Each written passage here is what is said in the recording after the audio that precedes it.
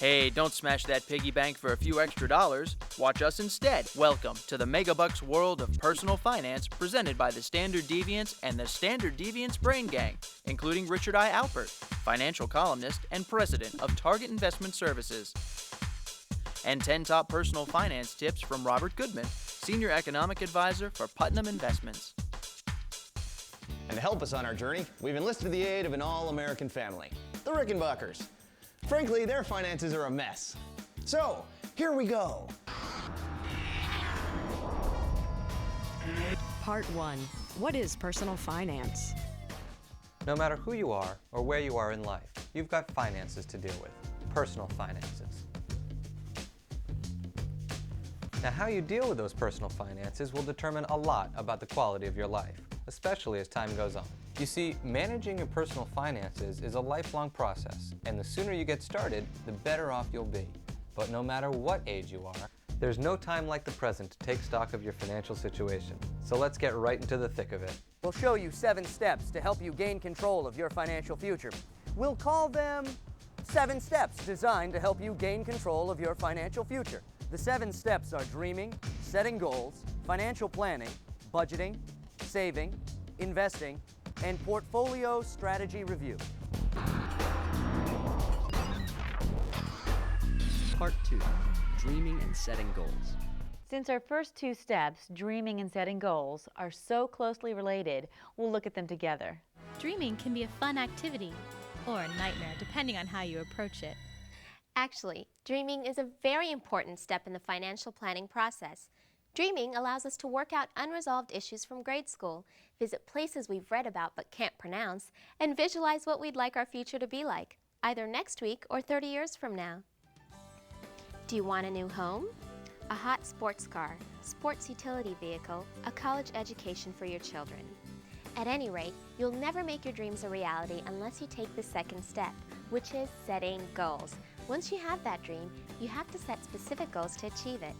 I once had an uncle who said that a goal is not a goal unless it's written down. Writing down your goals gives them permanence in your mind and allows you to periodically review them to gauge your progress towards achieving them. In terms of personal finance, try to associate your dream with specific goals that can be accomplished with money. Now, we're not saying that money can buy happiness, but money will allow you to have the peace of mind that comes from financial freedom. And money will enable you to buy things that you believe will contribute to your happiness and comfort. So, as you begin to set goals for yourself, go back to those dreams that you have and attach specific goals to them. For example, if you dream of buying a new home, set that as a goal for yourself and write it down. Okay, so now we've got it written down. Well, just writing it down isn't quite good enough. We actually need to set up some type of time frame for when we want to accomplish that goal. This allows us to prioritize our goals and helps us to understand what needs to be done to achieve them. The best way to prioritize your goals is to put them into 3 categories: short-term goals, intermediate-term goals, and long-term goals. A short-term goal is one that we want to achieve in the next year. An intermediate-term goal is one that we want to achieve somewhere from 2 to 5 years from now. And a long-term goal is one that we want to achieve in 5 years or more from now. Depending on where you are in life, purchasing a home can be a short, intermediate, or long-term goal. If you're right out of college and working your first job, buying a home is most likely a long-term goal. If you're recently married and getting more and more cramped in your tiny 1-bedroom apartment, buying a home may be a short or intermediate-term goal for you. You may find it hard to put your goals into these categories. Making these types of choices really forces you to make some tough decisions about what you expect to achieve in life. The purpose of managing your finances is to give yourself a strategy that will enable you to achieve your goals. Once you have your goals written down and prioritized, you may realize that you have some unrealistic expectations for yourself. Or maybe you haven't set your goals high enough. By reviewing your priorities, you may find that there are some goals that you are willing to postpone in order to achieve some others. Or you may even find that there are some goals that you're willing to eliminate altogether. It's this type of intense planning that you're forced to do if you try this exercise of writing down and prioritizing your goals. Many people skip these important steps and find that their dreams are constantly just out of their reach. Once you have your goals written down and prioritized into short, intermediate, and long-term categories. You reviewed them and reworked your list. Then you're ready for the third step of our 7-step process, which is financial planning. Part 3, Financial Planning. In the same way that you go to a doctor for a complete physical checkup, think of a financial plan as a complete fiscal checkup. A good financial checkup will evaluate most, if not all, important aspects of your financial life. Most of us spend more time planning a vacation each year than planning our finances. Think about that. Isn't it about time that you began benefiting from formalizing your financial plan?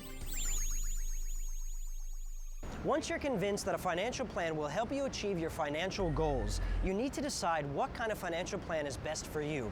Since financial planning decisions are intertwined with investing decisions, your financial plan should take into consideration how you invest. Are you a do-it-yourselfer? Or do you seek professional advice? If you're the type of investor who insists on doing your own research and trades stock on the internet, you'll probably want to surf the internet, stop by the public library, or pick up a software program to work up a do-it-yourself financial plan. If you feel more comfortable receiving professional guidance, you should seek the help of a financial consultant, stockbroker, or financial planner. When seeking professional financial guidance, you shouldn't jump at the first person that shows up at your door, ready to finger through your personal financial records. Before you decide on a financial planner, here are some factors you should consider. Is the individual professionally trained or certified? Do you have confidence in the professional? Is the firm reputable? Is the plan worth what it costs? Does the plan simply push financial products that the firm sells? Is the plan clearly presented and easy to understand? Does it provide the ability to change various assumptions and test certain what-if scenarios without paying an additional fee? Is the financial plan offered simply as a product or the beginning of a process? These questions are good ones to pose to any would-be financial planning professional. Your potential planner should be able to offer you samples of simulated financial plan for you to see the extent of what you're getting for your time and/or money. So, what should your financial plan include? Well, a comprehensive financial plan should include the following elements. An assessment of your net worth, an analysis of your income tax picture, a strategy for college expenses, an analysis of the lifestyle you can achieve in retirement, an analysis of whether you have potential estate planning problem, a picture of how your family will be provided for if one spouse predeceases the other, you become disabled, or suffer property or casualty loss, a discussion regarding your options for healthcare coverage, an assessment of your current asset allocation, risk tolerance, and investment objectives. The final thing a comprehensive financial plan should have is a record-keeping component to help promote the ongoing organization of your financial life. As you can see, there may be a whole bunch of things that you haven't thought about with regard to your finances. Don't be overly concerned if you haven't addressed all of these issues, though. Not all of them apply to every situation. But these items are the basic skeleton of a financial plan, and it's a good idea for you to be aware of them and how they apply to you. And don't forget, financial planning is a process that starts with a written plan and continues with your commitment to execute that plan, either on your own or with the help of a financial advisor. One major step toward establishing your financial plan is identifying your current net worth as a benchmark. This may sound like a big concept, but the basic idea is pretty simple. Your net worth is just your current assets minus your current liabilities. Assets are all the things that you own that you could turn into money if you needed to. Your most obvious assets are such things as the money you have in the bank and your investments in stocks, bonds, and mutual funds. Also included are your personal assets, such as antiques, stamp collections, yachts, and the value of your home. Liabilities are the money that you owe. Car loans and credit card debt are examples of liabilities. We also include the money that you owe on your home as a liability. So, the best way to figure your net worth is to tally up your assets and liabilities and then subtract your total liabilities from your total assets. Don't panic if your net worth is very low or even negative. For most young people in their 20s, especially those with college loans, their net worth won't amount to much. But as time goes on, your goal should be to increase this number. One way is to look at it in relation to your annual income. If your net worth is more than 2 or 3 times your annual income, you may be well on your way to meeting your financial goals. For those 20-somethings out there, don't expect this to happen for a while, unless you win the lottery or marry into the Gates family. If you can do this before you get into your 40s, then you're really cranking. So calm down and keep saving your nickels, dollars, and C-notes, and throw away those credit cards. So now that we know what our net worth is all about, how do we beef it up?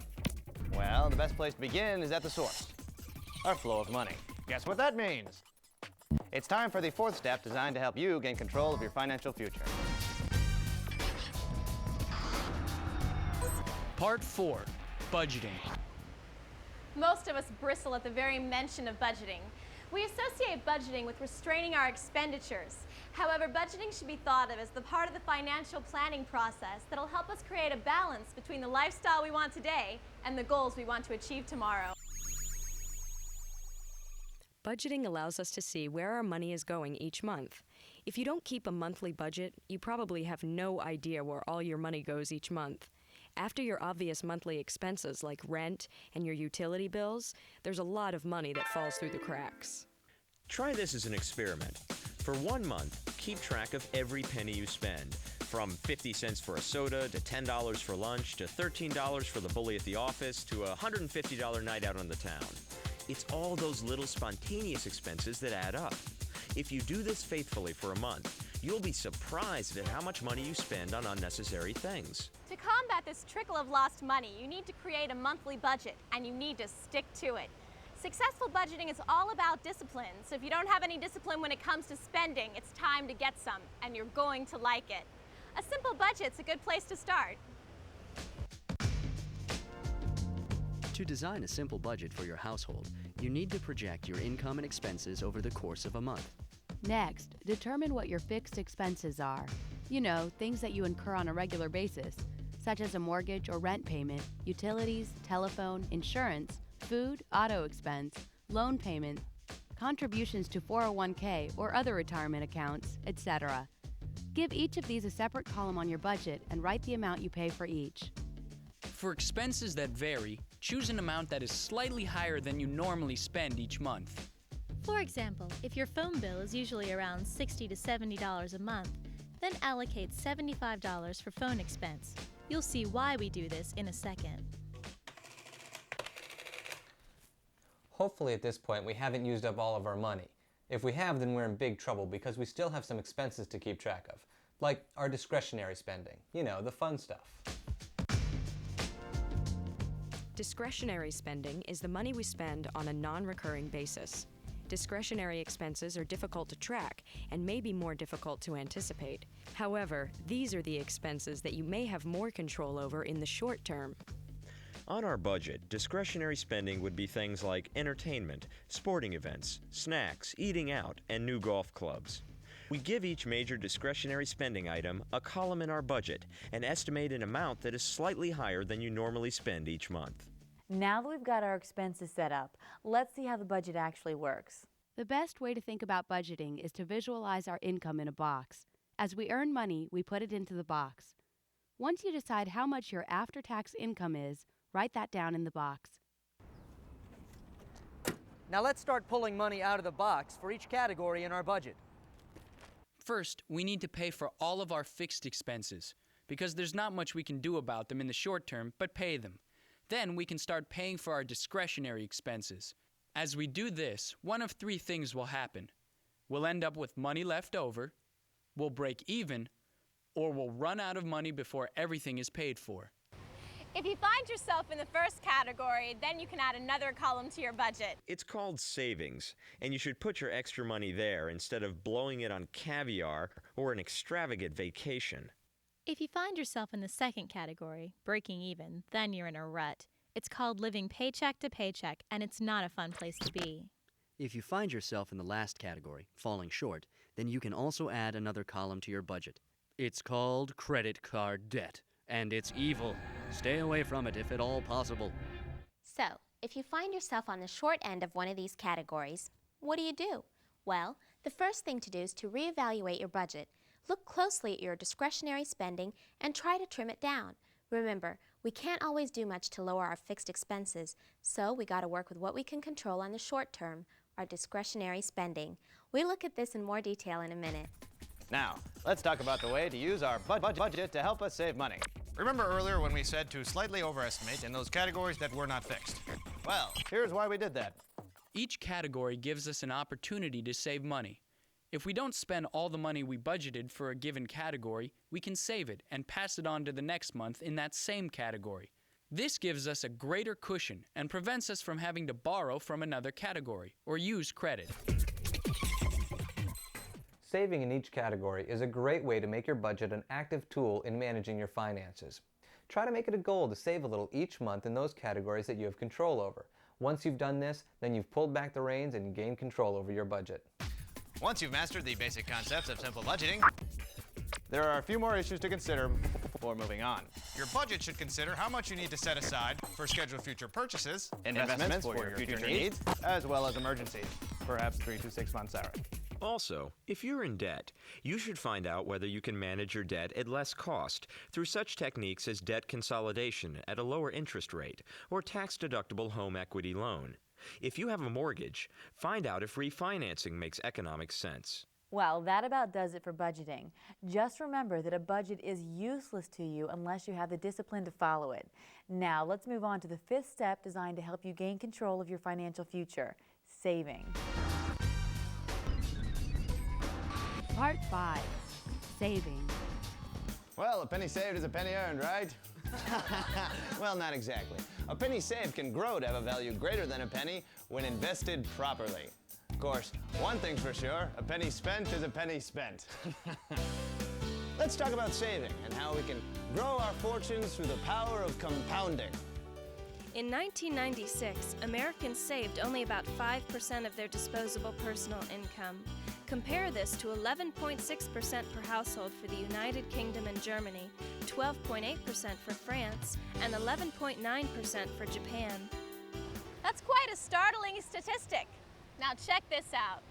Let's go back in time for a moment. Suppose this is 1925 and you're 5 years old and your grandmother gives you a crisp new $1 bill. Now you're probably really tempted to run out and spend all your newfound wealth on triple chocolate Bunko bars.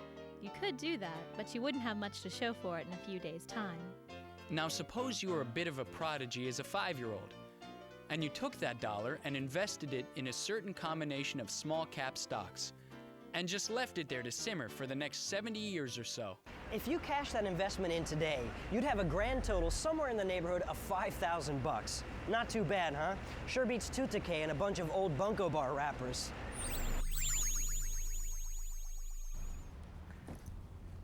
This little story teaches us some important aspects about saving money. First off, what we save isn't just affected by what we earn. It depends on where we place our priorities. It would have been nice to have those Bunko bars, but with a little foresight, we could find a number of more profitable ways to use that money. Second, we can also see the power of time as it relates to saving and investing. When it comes to saving money, time is our ally. Invested in a proper place, a small amount of money can grow exponentially over time if we just leave it alone. Let's talk about that first point. Many of us may feel that we don't have any extra money to save. Our budgets are so tight each month that we can barely make ends meet. If we find ourselves in this position, we need to ask ourselves the question, what are my Bunko bars? What are the extra extravagant things that we indulge in that we could do without?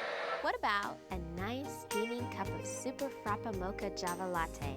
A few drinks with your office pals after work? That newest ultra-long, sure to lower your golf scores Steelwood driver? And so on and so on and so on. As you can see, all of these expenditures can really add